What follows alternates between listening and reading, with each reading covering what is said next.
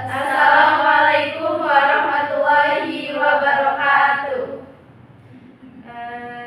Izin memperkenalkan diri, nama saya Rafa Melanjita, NPM 23130220057. Perkenalkan, nama saya Nur Salsabila dengan NPM 62.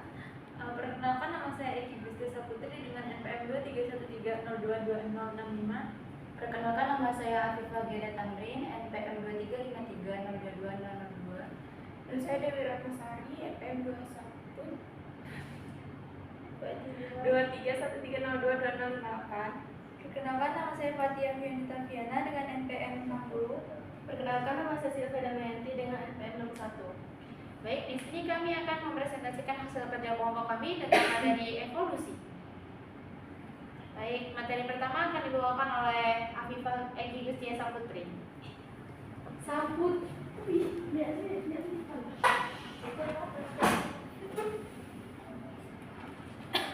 Jadi yang pertama, evolusi itu adalah proses perubahan bertahap dari waktu ke waktu dalam warisan genetik satu populasi makhluk hidup yang dapat menghasilkan perubahan dalam ciri-ciri fisik, perilaku, struktur, dan biologis mereka.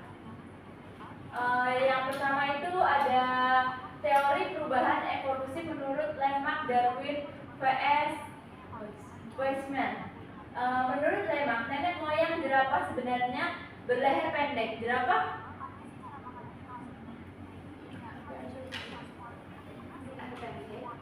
berleher pendek menjulurkan lehernya untuk mencapai makanannya. Sifat leher jerapah yang panjang tersebut akan diwariskan pada keturunannya.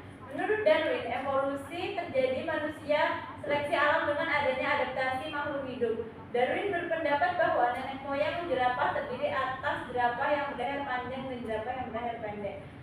Berikutnya akan disampaikan oleh Afifah.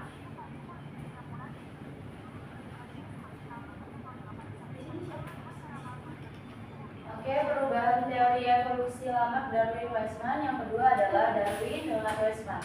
Sebenarnya Weismann tidak menentang pandangan Darwin, tapi lebih menjelaskan pandangan Darwin mengenai seleksi alam.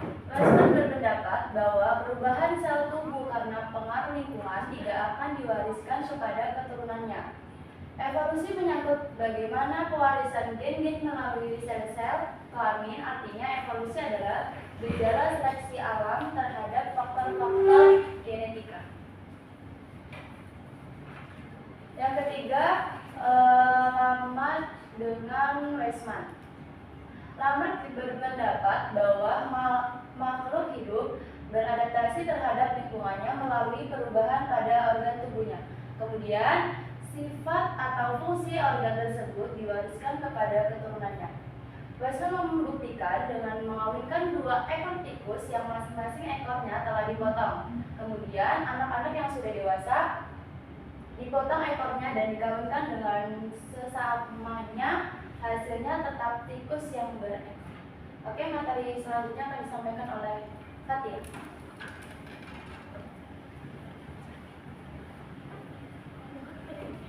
Materi selanjutnya adalah fakta-fakta yang mendukung teori evolusi. Yang pertama, variasi dari individu-individu dalam suatu keturunan. Kenyataan di alam tidak pernah ditemukan individu yang sama persis.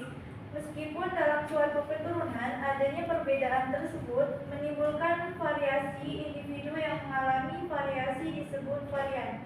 Yang kedua, petunjuk fosil dari berbagai lapisan bumi. Adanya perubahan bentuk fosil dari lapisan bumi yang tua ke lapisan bumi yang muda merupakan petunjuk mengenai adanya evolusi.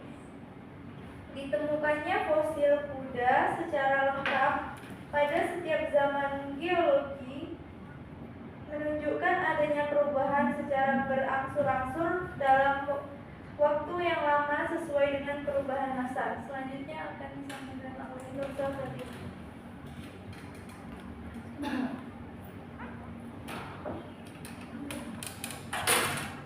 Yang ketiga itu ada homologi antar organ-organ pada makhluk hidup.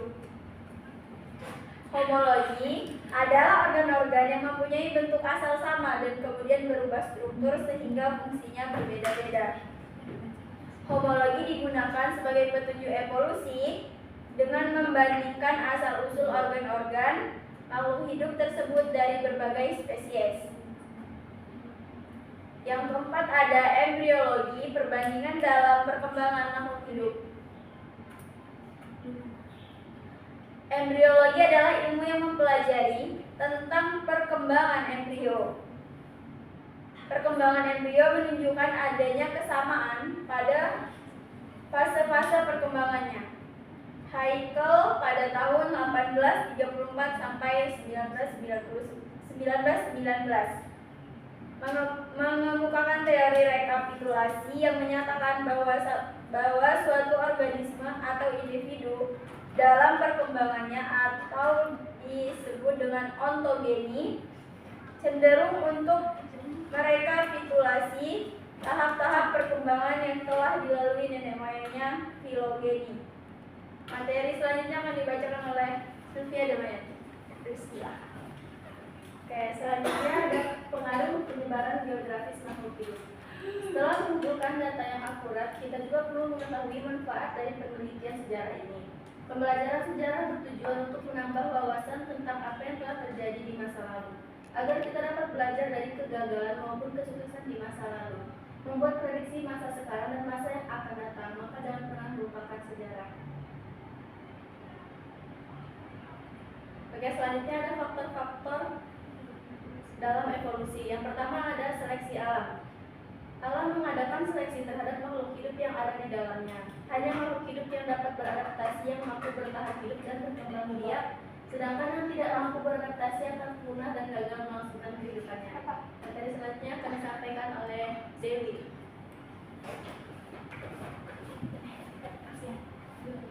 Yang kedua ada migrasi.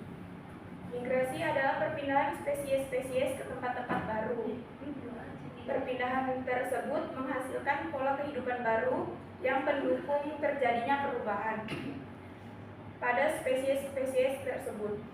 Pada tempat yang baru, generasi yang muncul akan berbeda dari spesies-spesies nenek moyang asal-usulnya. Selanjutnya akan dibacakan oleh Hera. Baik, yang ketiga itu ada rekombinasi gen. Rekombinasi gen terjadi melalui perkawinan yang menyebabkan perubahan frekuensi gen pada generasi berikutnya. Melalui perkawinan silang akan dihasilkan varietasi baru. Varietasi baru ini terjadi akibat pembuahan atau penyerbukan dari individu lain sehingga terjadi rekombinasi gen. Rekombinasi gen-gen yang disebabkan oleh perkawinan silang merupakan dasar terjadinya evolusi. Karena melalui rekombinasi memungkinkan adanya variasi baru.